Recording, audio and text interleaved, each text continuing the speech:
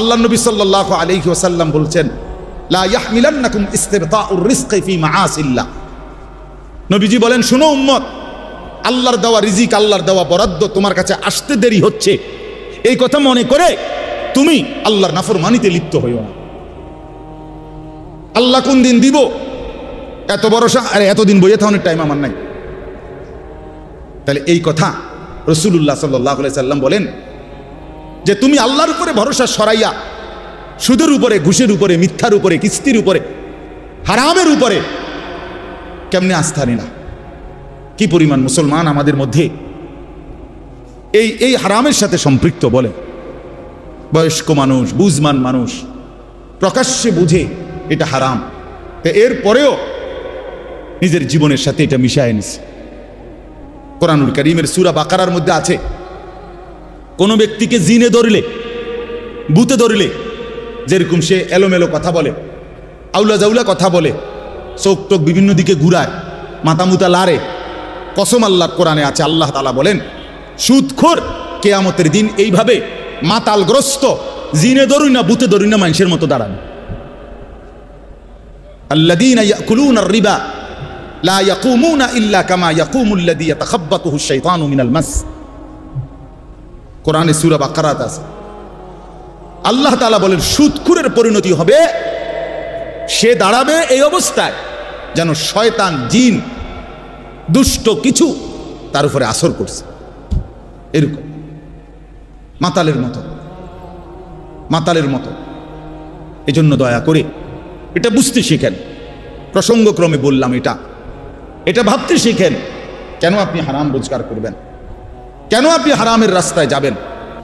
এই সূরা মাআরিজ, এই সূরার এই আয়াতের মধ্যে যেখান থেকে আমি পড়ছি 19 নম্বর আয়াত, আল্লাহ তাআলা মানুষের স্বাভাবিক একটা চরিত্র তুলে ধরছে। প্রথম, মানুষ মাত্রই তার স্বাভাবিক চরিত্রটা কেমন হয় আল্লাহ তাআলা এটা প্রথম তুলে ধরছেন।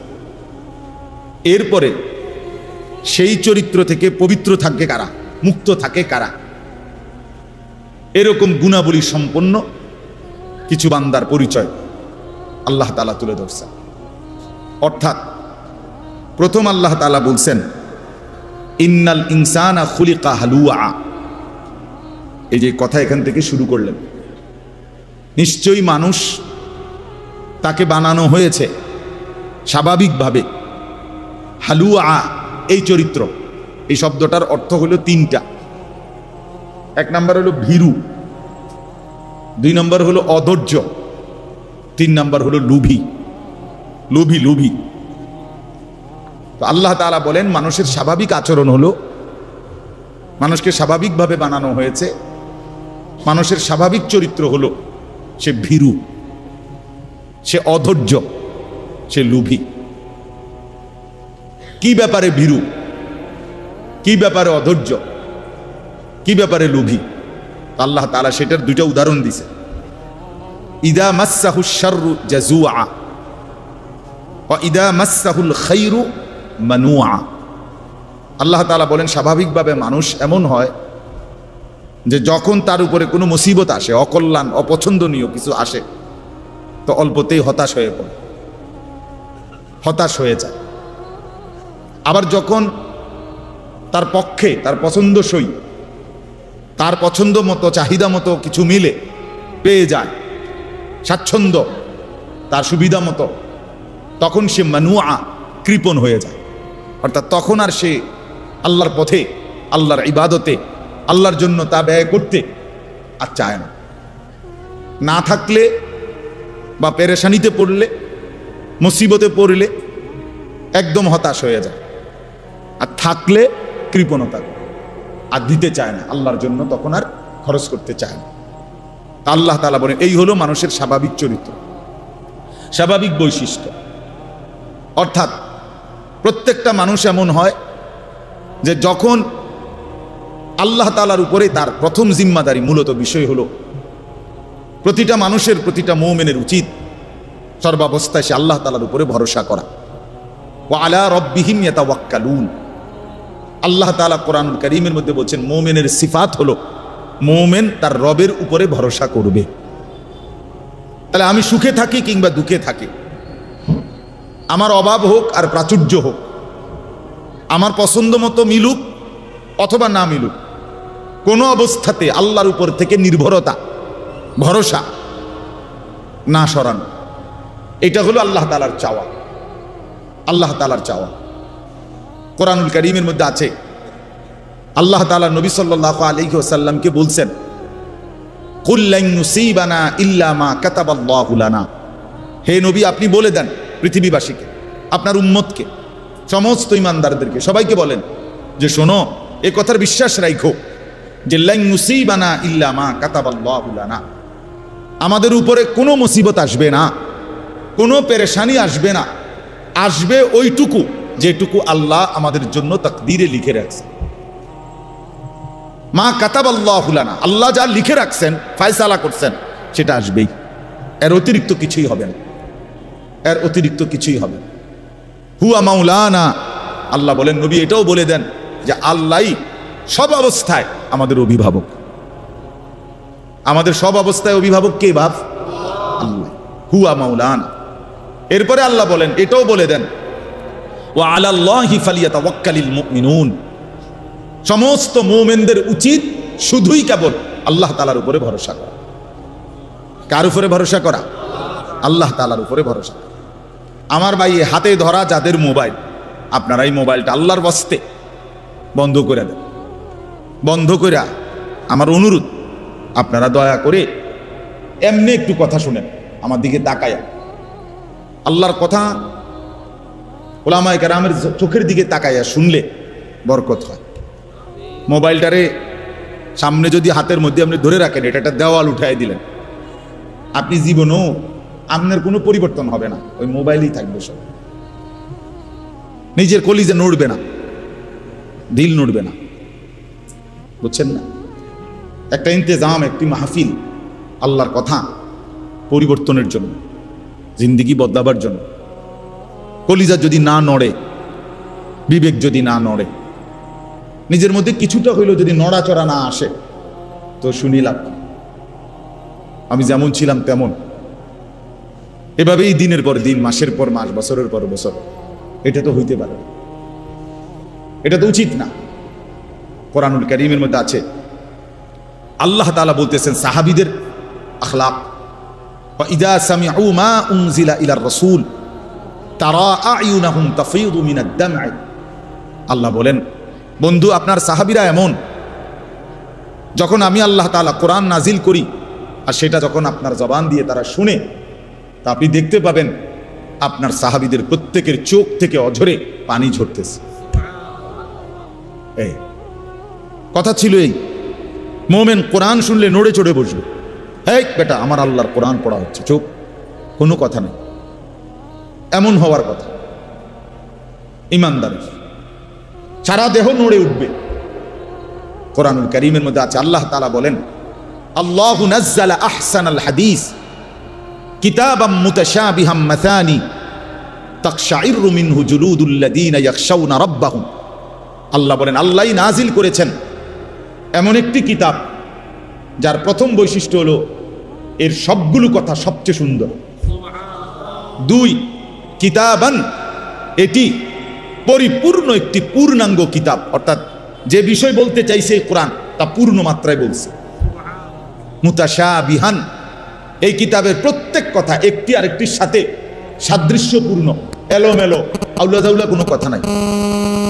মাসানি, এই কিতাবের বৈশিষ্ট্য, এর প্রত্যেকটি কথা বারবার তেলাওয়াতকৃত। কোরআনের এক এক আয়াত কয়বার পড়া হয় কন্ত?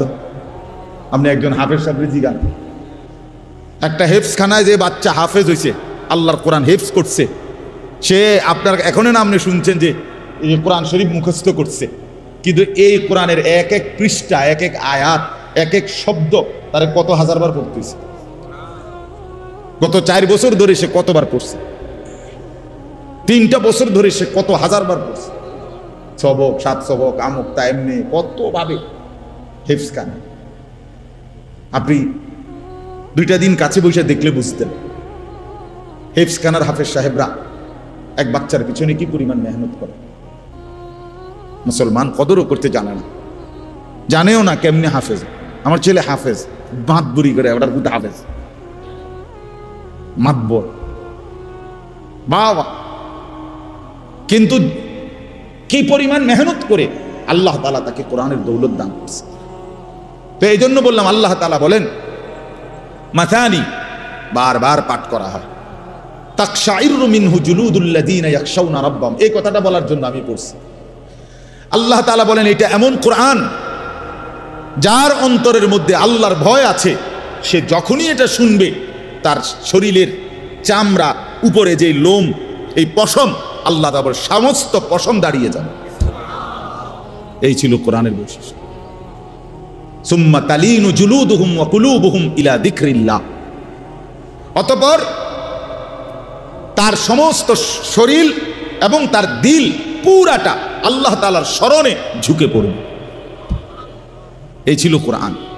আফসোসের ব্যাপার মুসলমান বাপ 20 বছর ধরে আল্লাহর কোরআন শুনে, 30 বছর ধরে মসজিদে নামাজ পড়ে, বেনামাজিক তো আচ্ছা বাদে দিলাম,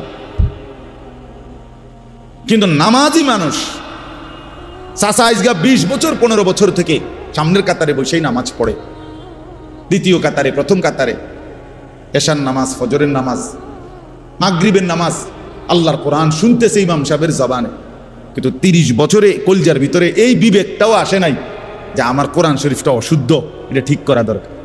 এ কি পরিমাণ বদনসিব মুসলমান! তার কলিজার পরিবর্তন তো পরের খবর, দিল নড়বে এটা তো পরের খবর, নিজের কোরআন শরীফটা যে অশুদ্ধ সূরা কেরাত এইটাও মানতে নারাজ, এইটাও বুঝতে নারাজ। দাদা কইছে বাইনতাম দান, বাইনতে আসি ও দাদান। ও দাদান মানে ভিজা ধান, ভিজা ধান ঢেকিতে দিলে এটা সারাদিন বাইরে এলেও ধান থেকে চাউল আলাদা হবে না, হবে না। তাহলে এই জন্য এটা আল্লাহর কোরআনের কথা বলতে গিয়ে বল, জিন্দিগি যদি না নড়ে, বিবেক যদি না নড়ে, দিল যদি না নড়ে, তো আল্লাহর কোরআন কি শুনবেন, কি বুঝবেন?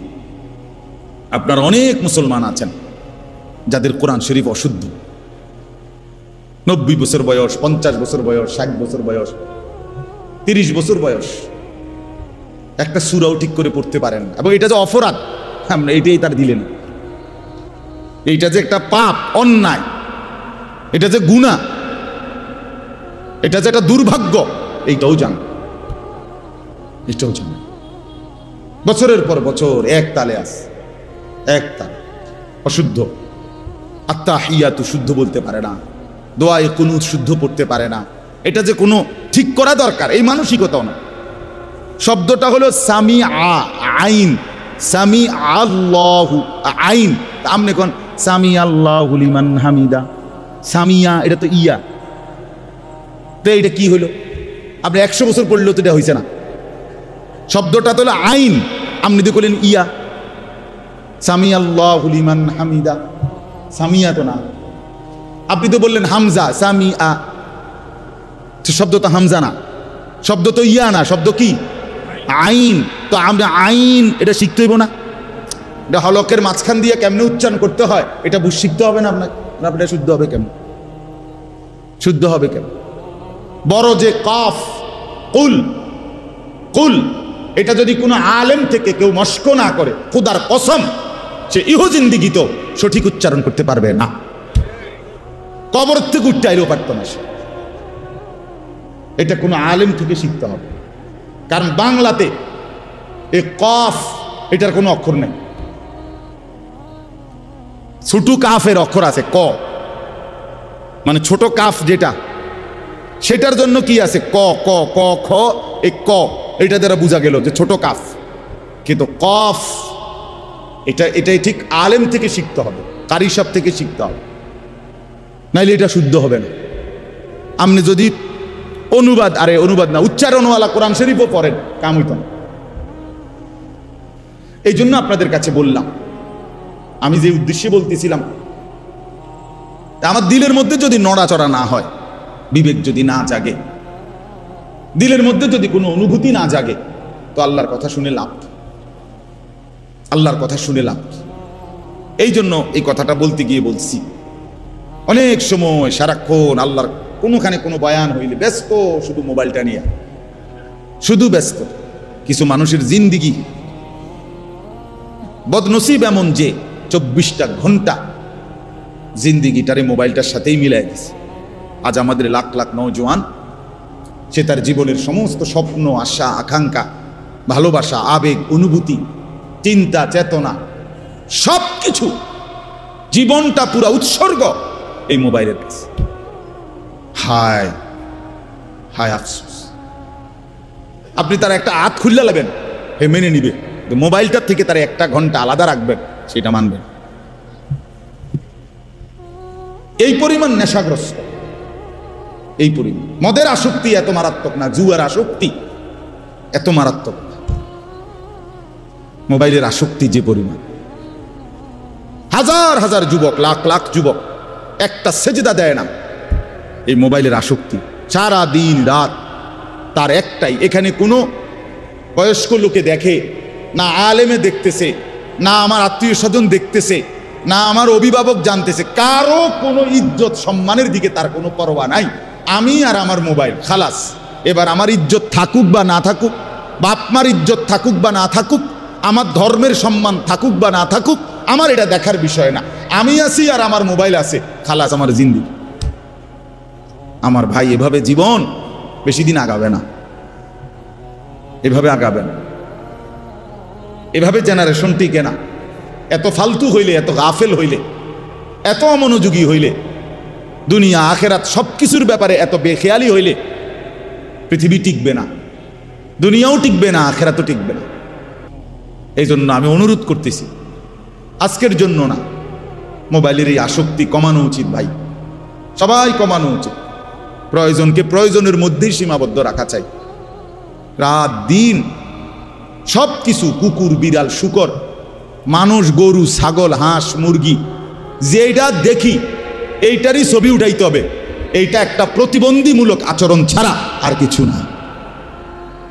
এটা একটা ফালতু কথা, ফালতু অভ্যাস, এটা একটা বদ আখলাক। এই জন্য দয়া করে প্রত্যেকেই ফিকির করেন, ইনসাফের সাথে ভাবেন। যুবক ভাই আপনারাও ভাবেন, নওজোয়ান তোমরাও ভাবো ভাইয়া, এক মুসলমানের জিন্দিগি এত ফালতু যেন নষ্ট না হয়। আল্লাহ আমাদেরকে বুঝ দান করে। চলেন, আমি আমার কথাটা বলতেছিলাম যে এক মুমিনের সিফাত, এক মুসলমানের সিফাত, আল্লাহ তাআলা চান বান্দা হার হালাতে আমার উপরে ভরসা করো, সুখে থাকো আর দুঃখে থাকো, কার উপরে ভরসা করো? হযরত আব্দুল্লাহ ইবনে আব্বাস রাদিয়াল্লাহু তাআলা আনহুমা, নবীজির একজন বিখ্যাত সাহাবী, আল্লাহ নবী সাল্লাল্লাহু আলাইহি সাল্লামের আপন চাচাতো ভাই। তিনি অনেক বড় মাপের সাহাবী ছিলেন। কোরআনুল কারীমের সবচেয়ে বড়, নবীজি সাল্লাল্লাহু আলাইহি সাল্লামের পরে সাহাবীদের মধ্যে সবচেয়ে বড় মুফাসসির ছিলেন এই সাহাবী, রাইসুল মুফাসসিরিন। তো উনাকে নবীজি একদিন উপদেশ দিছেন, নসিহত করছে। নসিহত করতে গিয়ে বলছে, ইয়া বুনাইয়া, হে প্রিয় বৎস, ওনার ছোট চাচাতো ভাই ছিলেন, যে শোনো, ইজা সাআলতা ফাসআলিল্লাহ, তুমি যদি কখনো কিছু চাও শুধুই আল্লাহর কাছে চাও। ওয়া ইজা ইসতাআনতা ফাসতাইন বিল্লাহ, তুমি যদি কিছু সাহায্য প্রার্থনা করো শুধু আল্লাহর কাছেই সাহায্য প্রার্থনা করো। এরপরে বললেন, ওয়া আলাম আন্নাল উম্মাতা লাউ ইজতামাআত আলা আন ইয়ানফাউকা বিশাইইন লাম ইয়ানফাউকা ইল্লা বিশাইইন কাদ কাতাবাহু আল্লাহু লাক। চিরন্তন একটা মূলনীতি নবী বলে দিছে যে শোনো, গোটা পৃথিবী যদি, সারা পৃথিবী একত্রিত হয়ে সিদ্ধান্ত নেয় তোমার একটা উপকার করবে, নবী বলেন কসম, তোমার কোনো উপকার কেউ করতে পারবে না, তোমার কেবল ওই উপকারটাই হবে যেটা আল্লাহ তাআলা তোমার জন্য লিখে রেখেছে। ওয়ালা বিজতামাউ আলা আন ইয়াদুররুকা বিশাইইন লাম ইয়াদুররুকা ইল্লা বিশাইইন কাদ কাতাবাহু আল্লাহু আলাইকা। এরপরে নবী বলেন, শুনো, সারা পৃথিবী মিলে যদি সিদ্ধান্ত নেয় তোমার একটা মুসিবত করবে, ক্ষতি করবে, বিপদে ফেলবে, তোমার একটি মুসিবতে দিবে, তোমাকে কেউ তোমাকে কোনো মুসিবতে ফেলতে পারবে না, কেবল তোমার ওই মুসিবতটাই আসবে যেটা আল্লাহ তাআলা তোমার জন্য তাকদীরে লিখে রাখছে। তাই সুখের প্রতিবিন্দু আল্লাহর পক্ষ থেকেই আসে, দুঃখের প্রতিবিন্দু কার থেকে আসে? যিনি হাসান তিনি কাঁদান। মুখের হাসি যার দান, চোখের পানি তারই দান। ওয়া আন্নাহু হুয়া আদহাকা ওয়া আবকা, আল্লাহ বলেন তিনি হাসান তিনি কাঁদান। তাহলে আনন্দ বেদনা, সুখ দুঃখ, প্রাপ্তি অপ্রাপ্তি, প্রত্যাশা মতো হওয়া অথবা না হওয়া, সর্বাবস্থায় মূলত ফায়সালাটা কার? আল্লাহ। আল্লাহ আল্লাহ। মাখলুক থেকে কিছুই হয় না, সব হয় কার থেকে? আল্লাহ থেকে। আল্লাহ থেকে, আল্লাহ থেকে। আল্লাহই করেন সব, আল্লাহই করেন। তো এখন আল্লাহ তাআলা বলেন স্বাভাবিক যেই মানুষের মধ্যে দ্বীন নাই, ঈমান নাই, আল্লাহর বন্দিগি নাই, আল্লাহ তাআলার সাথে সম্পর্ক নাই, তো সেই মানুষের স্বাভাবিক অভ্যাস হলো সে ভীরু, সে লোভী, সে অধৈর্য। তার মানে হইল সে আল্লাহ তাআলার ফয়সালা আসা পর্যন্ত অপেক্ষা করতে রাজি না, রাজি না। সে নিজের থেকেই সিদ্ধান্ত নিয়ে নিছে এই 3 দিনের ভিতরে যদি আমার এটা না হয় আর হইতো না, আর হইতো না। অথবা এই 2 মাসের মধ্যে হয় নাই আর হবে না, অথবা 6 মাসের মধ্যে হয় নাই আর হবে না। অর্থাৎ যে কোনো বিষয়ে সে নিজের মধ্যে নিজেকেই নিজের উপরে বিচার করে, নিজের ফয়সালা, নিজের সিদ্ধান্ত, নিজের সবকিছু নিজের উপরেই রাখে, নিজের উপরে রাখে। এই হলো মানুষের স্বাভাবিক তবিয়ত, আমাদের স্বাভাবিক তবিয়ত। মনে করেন একজন হুজুরের কাছে বলছে, হুজুর আপনার কথা ধইরা টানা 2 মাস দোয়া করছি, শেষে বুঝছি হইতো না, এই লাইনে এইভাবে হইতো না। তখন কিভাবে হইব? এখন আপনি কিভাবে হবে? আজকে 12 বছর আপনার ছেলে হয় নাই, মনে করেন সন্তান নাই, আচ্ছা তো 12 বছর পরে এখন আপনি রাগ করলেন, রাগ করে এরপরে কাকে ডাকবেন? কথা বলেন না, এরপরে আর কেউ আসেনি, তা তাইলে তাহলে আমার প্রত্যাশা মতো যদি হয় তবুও আমার আল্লাহ, আমার প্রত্যাশা মতো যদি নাও হয় তবুও কে? এ কথা তো বোঝা উচিত। আমরা তো এটা বুঝতে চাই না, আমরা তো এটা বুঝতে চাই না। সবচেয়ে বেশি বুঝতে চাই না রিজিকের বেলায়, সবচেয়ে বেশি অধৈর্য আমরা সম্পদের বেলায়, উপার্জনের বেলায়, রোজগারের বেলায়।